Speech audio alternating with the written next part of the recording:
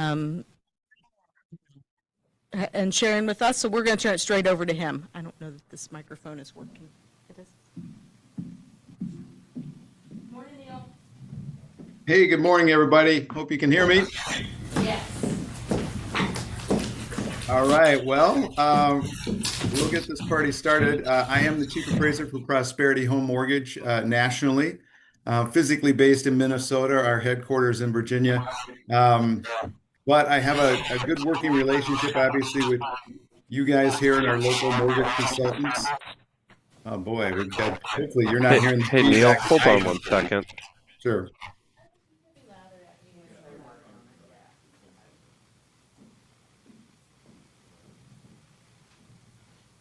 Checking, checking. Yeah, how are we doing? Still got it.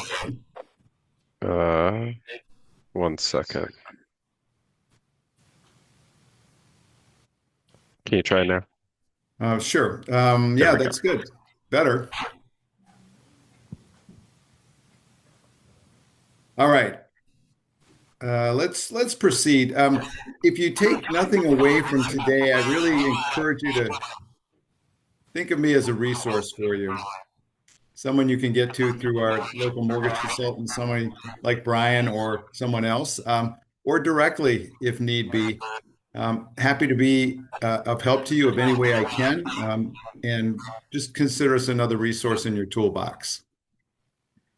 So with that, just for time's sake, I'm going to share my screen.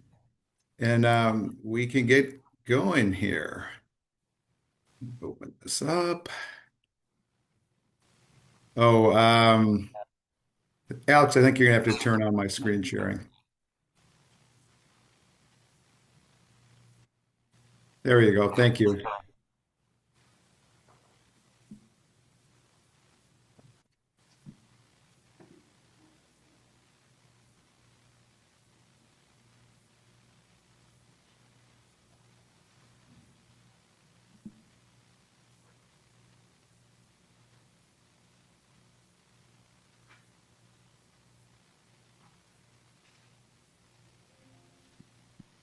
All right, let me try this one more time. There we go. Okay, hopefully you can see that now. All right, that is my phone number. It rolls to my cell. Encourage you to use it, just don't abuse it. As I said, support here for you any way we can around appraisal issues. I like to always start these presentations just kind of taking a holistic look at the national housing scene, and then we'll dive right in. And obviously, the meat of this presentation is the new pending appraisal format UAD 3.6, and then a couple of pointers, I think, where agents this could impact you, but also ways that maybe you can help the process be a little more seamless. Let me grab my laser pointer here real quick. All right. So national home price appreciation here. This was through February when I did this deck. The March numbers have come out. They're really not that different. But year over year, home price appreciation, a little over 1% compared to the prior year.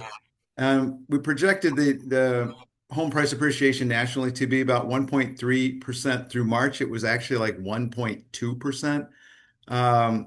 Louisville here in the map, in this area right here. This is just the 60 largest metro areas, so Lexington wasn't in it, but Louisville was at a plus 3.4%, which is good in the spectrum of things here. The yellow and orange colors are showing positive home price appreciation, where the shaded blue cities are actually a negative appreciation overall. And it truly is a tale of kind of two markets here, where we've got declines kind of in the south and west, and then the gains continuing to happen in appreciation for residential real estate in the Midwest and Northeast. And you can see kind of the top cities here, Kansas City at over 8% still, Virginia Beach, 6, Cleveland, Pittsburgh, Milwaukee, kind of really the heartland cities. A lot of this driven by affordability. And then the areas here where the lowest home price appreciation, three of the top five here are in Florida, and Cape Coral, Northport, and Palm Bay.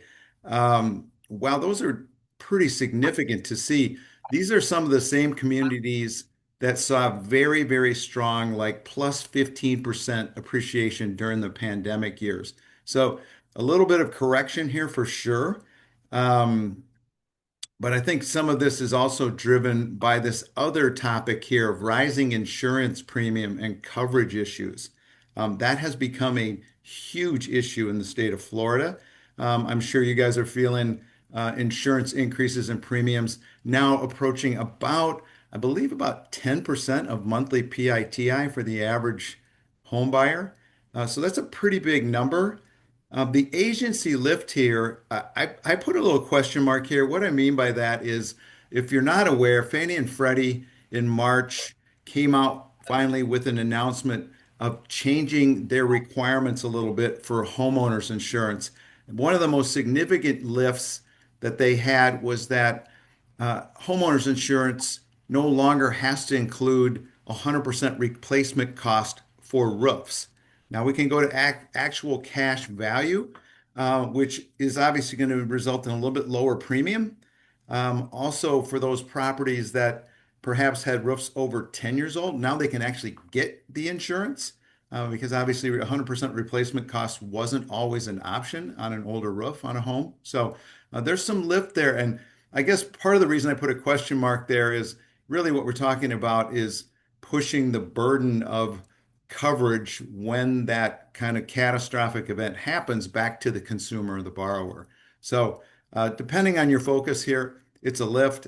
This was a big lift in condominium project approvals in certain markets, and Florida was one of those areas that was their condo market was significantly impacted by the inability to get 100% replacement cost coverage on roofs in particular. So there are still, in general, we need 100% replacement cost, but roofs is one area we don't anymore. And so significant lift there. Like I said, that carries over into the single family space and the townhome space as well. All right, your local market here, Lexington Bluegrass Market metrics through March.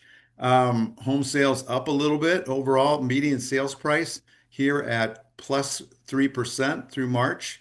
I see here pending sales up about 14% from this time last year. That's a good thing, right? New listings up about 9%. So all of those very positive metrics. We see a little bit longer marketing time here. I think your market, you know it much better than me, is in that still probably fairly tight inventory situation. I would venture to say it's still a bit of a seller's market, even though there are parts of the country where it's much more balanced now. But these kind of numbers tell me, hey, you're still on a good path here. Obviously, we'd all love new listing inventory out there to keep increasing here and push all of these numbers. But as I said, the focus of our talk today is really this.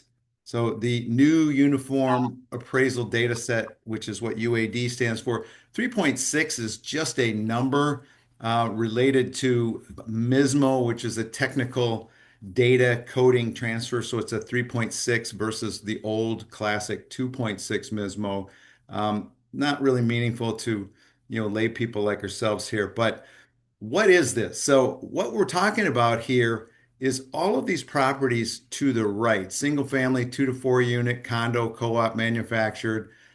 They all had their own appraisal forms before, and they still do today, kind of the classic forms. But what we're moving to, and the industry is moving to, is a universal format that is dynamic in nature, meaning it's not a form, a paper form in the true sense. Think of it more like a cell phone app.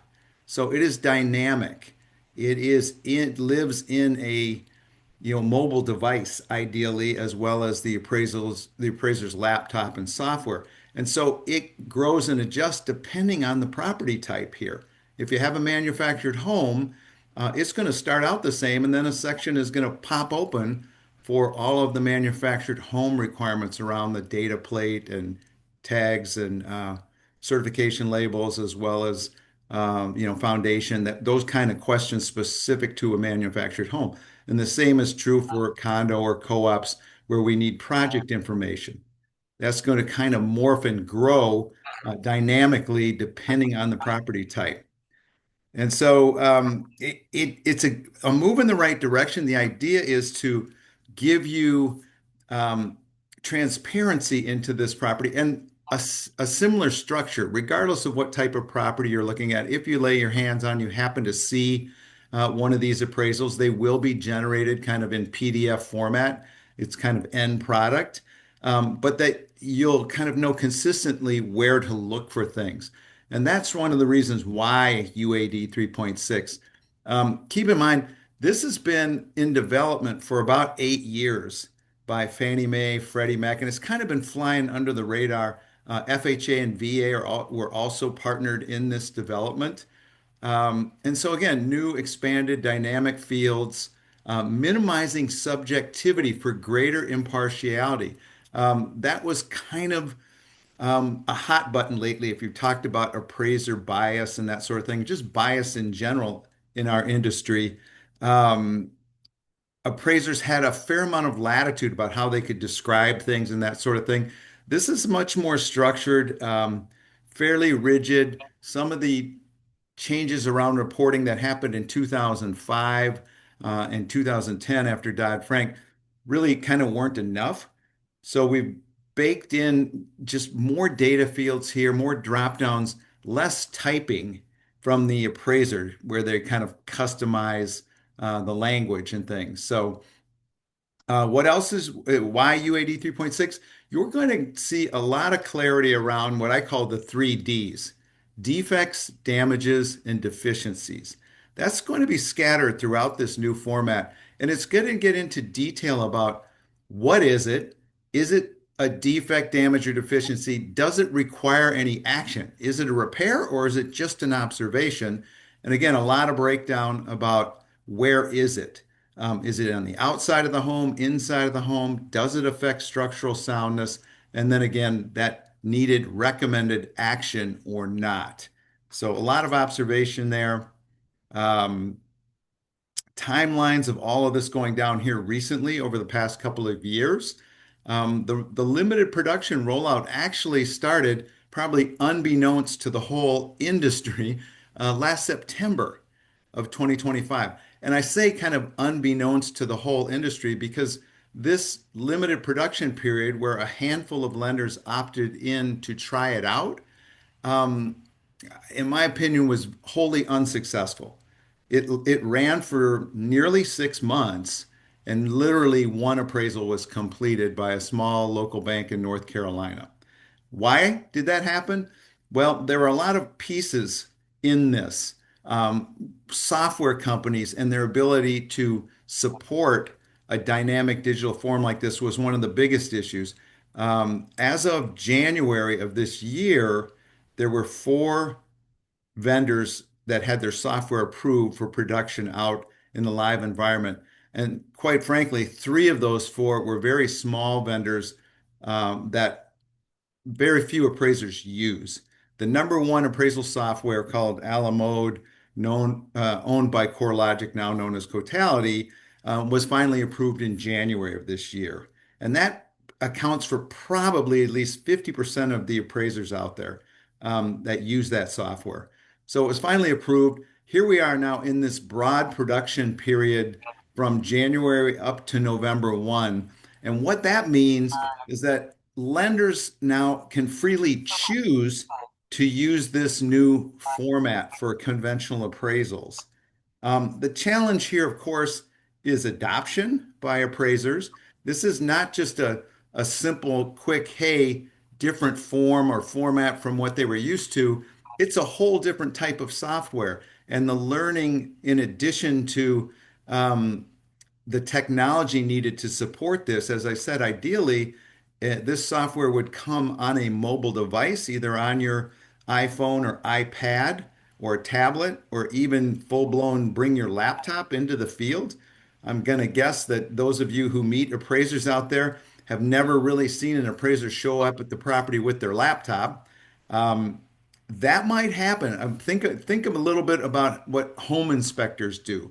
A lot of them are coming to the property with a laptop. They set up on the kitchen island and they do their thing, right? They're essentially like writing up the report at the property.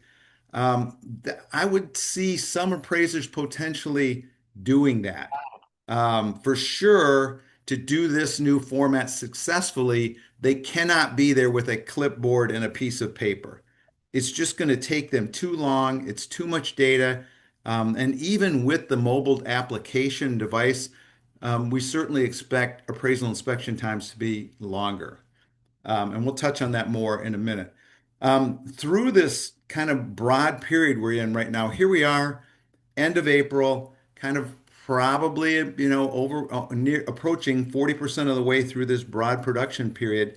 There have been less than 400 of these appraisals completed nationally by all lenders submitted. So again, it's still in that nurturing phase. Because of that, we as a company, there are some kinks still being worked out around software, and again, appraiser adoption, that sort of thing.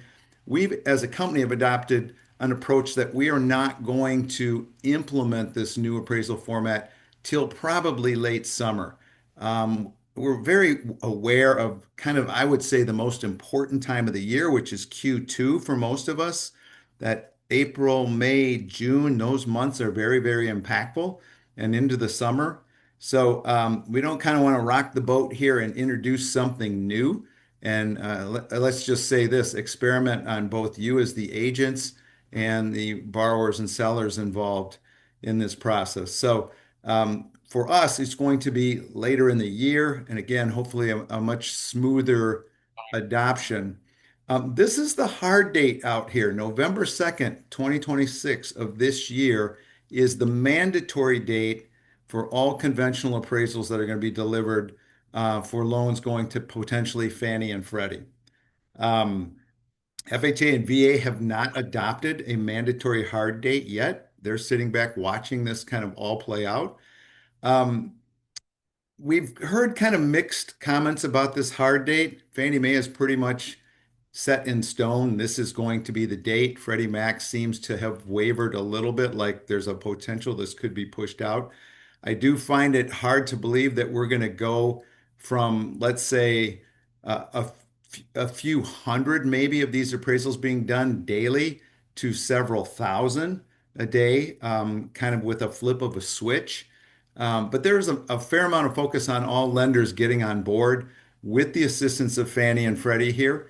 But this is the hard date we kind of want to be aware of, which would mean that if all appraisals November 2nd, 2026 need to be delivered in this new format, that lenders ordering appraisals probably in October at the latest would have to be ordering these new formatted appraisals to deliver them once they come back to them by November 2. So definitely keep your ear to the ground if you're kind of curious, is this going to shift or move at all? But this is the mandatory date as of our speaking. So what does this kind of all look like? I've taken some snippets here of the sample format 3.6 that's out there. Remember, I'm trying to stay away from the use of the term form because that's not really what it is. Again, it's a digital valuation. But here are the screenshots. Here's what it looks like. Each one of these, this report, this universal form, will start with a summary page now. And on that summary page, right at the top, is going to show you the appraised value, opinion of market value, whether it was as is or not. And then the apparent defects, the 3Ds, defects, damages, and deficiencies. Along with a little photo here, what you'll notice about this new dynamic form is there's going to be photos scattered throughout the report where they're applicable. So this should be like a front photo of the house here. It won't be like the old appraisals where there's a whole bunch of pictures at the end and you kind of connect the dots. Hey, here's the subject, here's the comp photos. They're going to be layered in the report where applicable. And so quickly, we're going to move from the summary page to a site section, which I skipped, that's going to talk about the site and that type of thing and all of its characteristics and views. to a sketch of the home. And after you see kind of the sketch of the home with calculations for square footage, now we're going to get into the structure itself, the dwelling exterior. And I want you to be aware now, what's interesting about this is there is a focus on quality and condition ratings throughout this report. And in this case, now we're going to separate the dwelling exterior quality and condition ratings from the interior. I think all of us have kind of experienced that situation where the outside of the home looks awesome, and then you open the door and realize you're stepping into a time machine back to the 1970s. And so there can be this disconnect between what you see on the outside of a home and what you see on the inside. So this new format allows separation for those spaces. Here we've got separate quality and condition ratings, again, for the exterior, the breakdown of the materials, a quality comment, a condition status, as well as commentary. So again, I kind of keep beating those two terms in your head about the importance of quality and condition. And I encourage you to understand what those quality and condition ratings are. At the end of this deck, there is a link to Fannie Mae's definition of quality and condition ratings. And if you truly want to think, hey, did the appraiser get this property right? Read those definitions. They are not subjective. They are very flat and objective. And so it doesn't matter the price point you're in, the quality definitions and the condition definitions are, again, just absolute and objective. They don't flex depending on the price point you're in. And here we are again, the 3Ds specific to exterior only. And then we'll move into the dwelling's interior. And here we'll get the square footage breakdown above grade and below grade. The interesting part about this new format, you will not see the term basement used anywhere. Basement is no longer a thing in this appraisal format. You either have above grade or below grade. Above grade finished space and below grade finished space, and then obviously unfinished below grade. So that total kind of foundation area. This was done for a reason. Appraisers have to follow what's known as ANSI standards to measure a property. That has some very specific parameters about like ceiling heights being 7 foot, that sort of thing, heated space, as well as slope ceilings kind of factoring into that. Open areas aren't included in square footage. And then below grade is really if any portion of that level is in the ground, even a foot or two, that whole level is going to be treated as below grade finish. And we're kind of accustomed to that when we start talking about basements and walkout basements. But again, that terminology goes away here. We're talking about finished above grade and finished below grade. And a lot of detail again here around quality and condition ratings and materials. And then when again, we get onto that common theme of the 3Ds here, defects, damages, and deficiencies specific to the interior of the home. I wanted to bring to your attention here the focus on kitchens and bathrooms in this new format. So much so that I kind of highlighted it out here. And I like this change because obviously you guys work with buyers and sellers. What's one of the big things they look at, obviously, when they go into a home? It's the kitchen and baths, right? So a lot of breakdown here around the kitchens and bathrooms. And were they updated? Were they fully updated? Were they partially updated? Were they not updated at all? And then a breakdown of time frame, what kind of quality comments are here and condition comments, as well as the status. So a lot of detail here. And again, this kind of tends to align a little bit more with things that you guys talk about in the listing, right? Those updated kitchens, bathrooms, remodeling. Just know that these three definitions, fully updated, partially updated, and not updated, are the three choices that an appraiser has relative to kitchens and bathrooms. And a fully updated description is really, let's just think of it like almost like a gut remodel. Like for a kitchen, for example, to be fully updated, it would involve replacing the cabinets, countertops, and appliances would not fall into the fully updated category. That would be partially updated. And same goes for the bathroom. If you replaced a couple of fixtures, really not going to be fully updated. That's going to have to involve, new tub shower surrounds, new vanity, new toilet, new flooring, new fixed light fixtures, all of that. So think of it as kind of total remodel. Not updated also encompasses maybe updates that were done so long ago, they really didn't have an impact. And so again, a lot of focus here on what that definition is of the amount of updating, and then we can get into kind of the materials and surfaces used here in those spaces. Market information. So we're transitioning away now from the description of the improvements to setting up for the sales comparison approach. And some of you who are really familiar with appraisals would say, hey, where's that neighborhood section where they talk about the neighborhood, right? And the price and age range of homes and the breakdown of land development, all that. It doesn't exist in this new format. A lot of that information can be gathered through other sources than the appraiser. Obviously, we have census information. We have a lot of tools at our disposal virtually through AI and things. So, market information, though, is something that you as agents and appraisers focus on. And so, where is this property and where does it fit in terms of market area? Where are those buyers and sellers considering competitive, right? And so here the appraiser needs to describe what is that market area with some physical boundaries. And then the search criteria description is how did they look for comparables? So in this case, there's a brief description that says, hey, they look for 3-bedroom, 2-bath homes built within 10 years of the subject property and located within that subject's market area that have sold in the past 12 months. So it's going to give you kind of the parameters the appraiser used to select comparables. And then a breakdown of how many sales did they find? What was the low, medium, and high sales prices of these properties?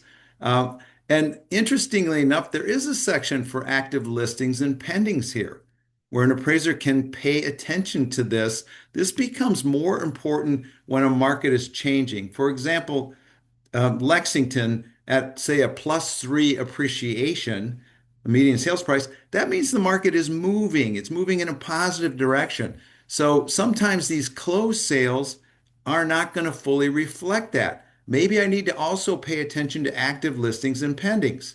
Hey, this sounds like to me a little more aligned with what you do in a CMA. Appraisers' values are very much tied to closed transactions, but they should be paying attention to pendings and listings. I think most of the CMAs I've seen, there's a lot of focus on listings and pendings, the current competition, and then kind of a secondary backdrop of those closed sales. It's kind of the reverse for appraisers, but know that there's going to be some transparency here now for the reader of this report. And then we talk about supply and demand and marketing time. And a graphic here. This shows a little camera, a photo here, but this is going to be like a price trend, for example. Where or how did the appraiser determine what is going on with values in that market area and support it with some type of graphic here or something that shows what they did to support increasing, decreasing, or stable values. And then finally, we'll get to the sales comparison approach. Just to give you an idea of how dense this particular new format is, in all of the samples I've seen, including some actual completed reports, it's about 12 sections in before you get to the sales comparison approach. Again, I hate to say, I'm hesitant to say 12 pages in before you get to the sales comparison approach because these really aren't pages. They're more like screens. Let's just call them that. So here we are at the sales comparison approach now. And again, a lot more breakdown of the subject and comparables here. A lot of data verification up here. And then interestingly enough, it's probably small on your screen, but I highlighted here, total number of bedrooms, total number of bathrooms, full and half. Notice it doesn't say where they are. So again, to me, this is a little bit better alignment with your CMA. Like okay, there was a big deal for appraisers before on where are those bedrooms, where are those bathrooms. There's still going to be a focus on that to kind of compare apples to apples. But when it comes to adjustments here, they're bulked, they're lumped all together, whether they're above grade or below grade. And then we do have a separation of above grade finish and below grade finish and separate adjustments for each of those. In general, below grade finish tends to be kind of like a 50 cents on the dollar. But if it's really nice and maybe it's a walkout and everything else and done newer, it could be much closer to the above grade square footage adjustment. And here we are continuing through this sales comparison approach, a whole section on quality and condition of the exterior, quality and condition of the interior, and then a reconciled overall quality and condition for the property. This is the space that typically you're going to see adjustments in. Probably not adjustments in the individual exterior, interior, but really the overall quality and condition. Again, understanding what those definitions are is your way to kind of verify, hey, do you think the appraiser described the property accurately? And then we've got outdoor living spaces, garages, that sort of thing. A little bit of a summation here of final sales price, adjusted value of the comparables. And interestingly enough, a little built-in slot here that says comparable weight. So now an appraiser has to tell you which sales did they give the most weight to. And then finally, the indicated value by the sales comparison approach, which for existing construction certainly usually is synonymous with the appraised value. And lastly, we kind of close this digital format out with a reconciliation section, which was kind of like the old page 2 in an old format appraisal, where again, it reiterates the appraised value, whether it was as is or subject to repairs, and then highlights once again those 3 Ds. All right, so that's a lot in a nutshell. I know that there is a lot more that I didn't really get into, whole sections that will open up around outbuildings, whole sections around ADUs, whole sections around condominium project information if you are appraising a condominium. But for you as agents, a couple things to think about. I think you're going to get a lot of clarity around repairs versus observations and what they are. So, not searching through commentary, you're going to have photos kind of right there saying, hey, this is what needs to be fixed and why. New construction, going to be very clear from the appraiser of what is not complete terms of what warrants a final inspection or not. This notion that it's more structured and easy to read, I would agree with that, but obviously a little bit of a learning curve because there's a ton of data here. So once you get accustomed to the format, sure, you'll know right where to look for something specific on the property. Efficiencies, so fewer delays to appraisal clarifications, revisions, or missing data. That's kind of the take from an underwriting standpoint. Again, once we get past the learning curve phase here, I think initially you're going to have a lot of underwriters looking around like, where is this information that they were accustomed to in the old appraisal? And then what do they do with all this extra information and observation that is being put in front of them?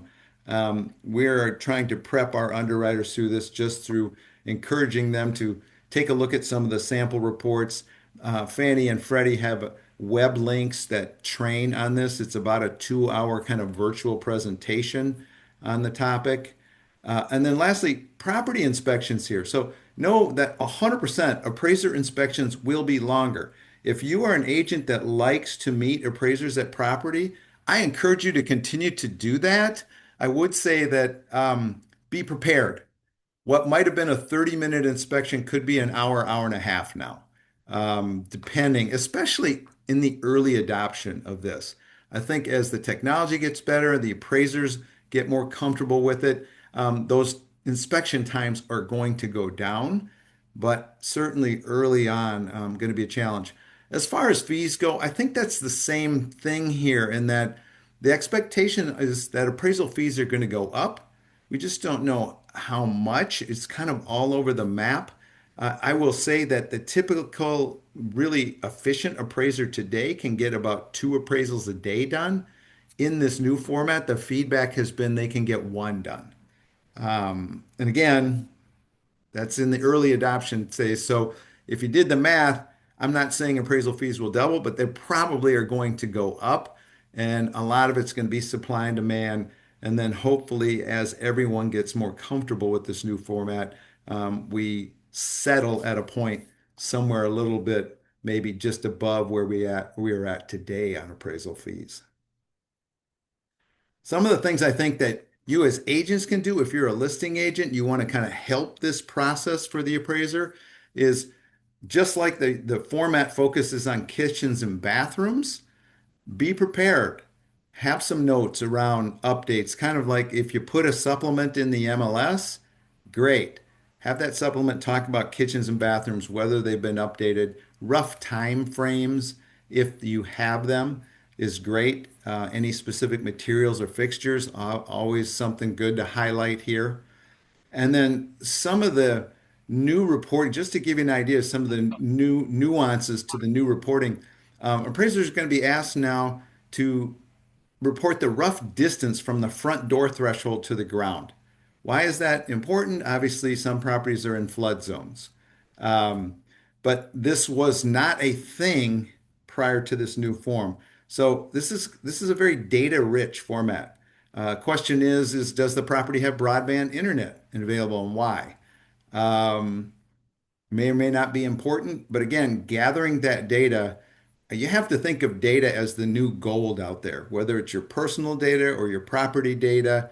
I believe that data is more valuable than Bitcoin or gold or anything else you can invest in right now. If you own the data and it's quality data, it is extremely valuable. So the agencies here obviously gathering a lot of property data. If you have an energy efficient home, this new format is nice because a whole section will open up on energy efficiency, allowing the appraiser to provide a lot more detail around those features of the home, which could translate into potentially assigning a little more value to those green homes than they did in the past. A little bit of a new one here that we usually only saw in the government space. Appraisers are being asked age of the roof, approximate age. Is it under 1 year, 1 to 10 years, 10 to 20 years? All of those things, again, data gathering. They're not being tasked like an FHA or VA appraiser who's thinking about is there 2 years useful life yet left on it, but they are being asked about the age of the roof. And then, of course, photos of all of these features and items scattered throughout the report. And so you can imagine if you're photoing a lot of this stuff here, this is a pretty big data file when it's done, much bigger than today's current appraisal. And as I promised, there's links to this information. Some of you may really get into this, and others, maybe you're an insomniac and you're trying to sleep and you want to click on a few of these links to get some further detail around this. But this second to last one here, property condition and quality of construction of the improvements, I think it's valuable for you to understand what those definitions are so that if and when you get it into an appraisal difficult situation and you're thinking about challenging or disputing that appraisal, you'll be armed with understanding what these are and whether or not maybe that appraiser accurately reflected it in the report. And the last one here is just NAR's video that's been out there for some time about the importance of kind of selling your value as an agent and how to make that happen, maybe on a more consistent basis. But a lot of information here today. I really appreciate you guys hanging in there through this, especially virtually. It can be a lot at once. But with that, I'm certainly open to any questions.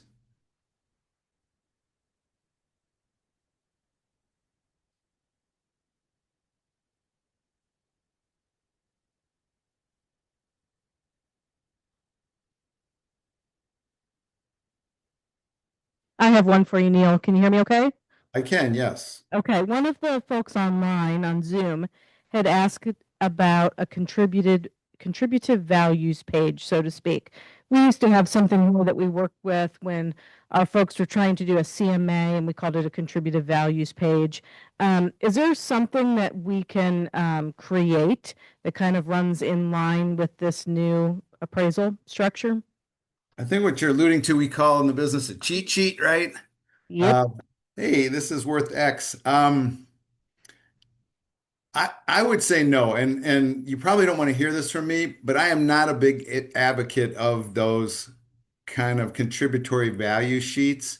And I say that because it really is so dependent on the price point, the market segment you're in, the type of home, and on top of all of that, the variables from appraiser to appraiser. The idea behind this new format is to have appraisers prove what something is worth. In other words, it's not just their opinion the fireplace is worth $2,000 or $4,000 or $1,000. They need to prove it. And so the proof tends to come from things like paired sales analysis, actual cost, depreciated value, that sort of thing. So I know we all like to do numbers and things. I did sort of allude to one thing about above and below grade finish that is kind of a general guideline, and that is um, generally lower level finish, below grade finish is sort of around that 50 cents on the dollar from above grade. But again, that can morph too, depending on how new it is, the quality, all of that. Um, One of the guidelines I will throw out there is oftentimes we hear agents talk about square footage adjustments. What should I adjust the primary, the above grade square footage of a home at? And one of the things I encourage you to look at for that is what is known as the sales price per square foot. And that is not the sales price divided by the total finished square footage. It is the sales price divided by just the above grade square footage. And there was a section that actually showed that in the appraisal for each, the subject as well as the comp. So based on the sales price of the subject and then the sold prices of the comps divided by their above grade square footage. And you came up with a number. And for simplicity's sake, I'm going to use a figure. Let's say that number's 100, around $150 a square foot. What would I adjust that above grade square footage at? And I see some agents go, well, you would adjust it at $150 a square foot. My response to that is no, it's actually about one third, roughly about one third of that number. And they say, well, why is that, Neil? And I said, well, look at all of the other areas an appraiser can adjust. So let's just say that for simplicity's sake again, the lot contributes one third of the value. So you're going to take away a third off that sales price per square foot, which includes the lot. All of the other features like basement finish, garages, porches, those sort of things, they contribute, let's say, another third of the value, as well as individual adjustments for bathrooms and things, which leaves you about a third to just pure square footage above grade. So I guess that would be one takeaway I could say as just a general rule is look at that sales price per square foot and kind of use about one third of that for your square footage adjustment above grade and probably a little less than one third for your below grade finish. But that's kind of as granular as I would get because it's very dependent on the market. Let's see. Will these follow the house and be accessible to other appraisers and lenders in terms of the appraisal format? Um, they don't follow, let's just say, they don't follow the property like an FHA appraisal does, meaning, okay, that's tied to the property for 180 days. However, will these follow the house and be accessible to other appraisers and lenders? Um, Not in the sense that they have access to it. All of these appraisals are done for a client, and that client is the lender, and it is confidential information to that lender. So, can lenders transfer and share this appraisal with each other? Sure, if they so choose, they can definitely do that. Where it tends to follow the property is in virtual data. So, let's say you bought a home last year, and today this happens in today's world. An appraisal was done on it, and a year from now, those same borrowers go to do a refinance, on that property. Well, the virtual appraisal is going to exist out there. And so oftentimes they don't need a new appraisal because that data is there. And then current analytics and AI and market information are applied to that old appraisal. That's the genesis of appraisal waivers today, is they're based on those old appraisals on a property and those old appraisals being considered credible or not, and then just kind of current market activity and metrics applied to it to get comfortable. Maybe we don't actually need an appraisal. How does the appraiser determine value of updates, pools, updated kitchens, roof siding? Again, a lot of that is driven by the market, and it should be. One of the ways we like to avoid, appraisers like to avoid adjustments whenever possible. So rather than trying to adjust for updated kitchens, new roofs and flooring, that sort of thing, a lot of those get lumped into one big quality or condition rating for the property. And now when I go to look for comparables, I'm trying to find comparables that have maybe not the exact updates, but similar enough that I can rate them the same in terms of quality and condition. Um, a lot of appraisers will focus on percentages rather than kind of dollar and say, I think this property is 5% better because it has newer kitchen and bath updating, that kind of thing. You have to be a little bit careful with like new roofs and that sort of thing. Some of these are kind of more needs than wants. If a property needs a new roof, it needs a new roof, right? It doesn't automatically equate to it has a new roof, so it's worth a lot more. It needed a new roof. That's very different than it has a new kitchen in it. Um, and again, reflective of what's the market willing to pay. Now, in today's environment, and given how insurance works, now I gotta believe that new roofs will recapture much more of the value. But sometimes, let's say somebody puts a new roof on the house and it's $20,000. That's generally not going to equate to a $20,000 increase in value. It could if you spent $20,000 in the kitchen. Some of these you can see in like remodeling magazines that kind of give you, or periodicals or tables online that talk about return on remodeling. Um, Generally speaking, roof and siding is not one of them. They're very expensive because they're more of a need than a want. But it's a good question. This is all market derived through, in a perfect world, paired sales, but we'll also look at cost minus depreciation. Somebody could go nuts and put in a super fabulous kitchen in a neighborhood where most of the homes don't have that, and they probably are not going to see as great a return on their investment. The reverse would be true as well. Maybe you're the only home in the neighborhood that hasn't been remodeled and you remodel your kitchen, you're probably going to see a very good return on that investment.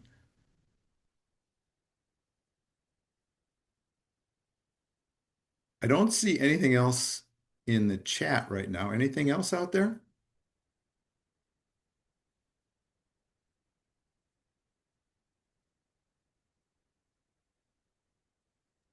All right. Well, hopefully you know how to get a hold of me. Um, Brian, Alex, team, appreciate you setting this up. And if you'd like a copy of this deck, they should be able to get that out to you. Thank you, Thank Neil. you. Absolutely. Have a great rest of your week. You too.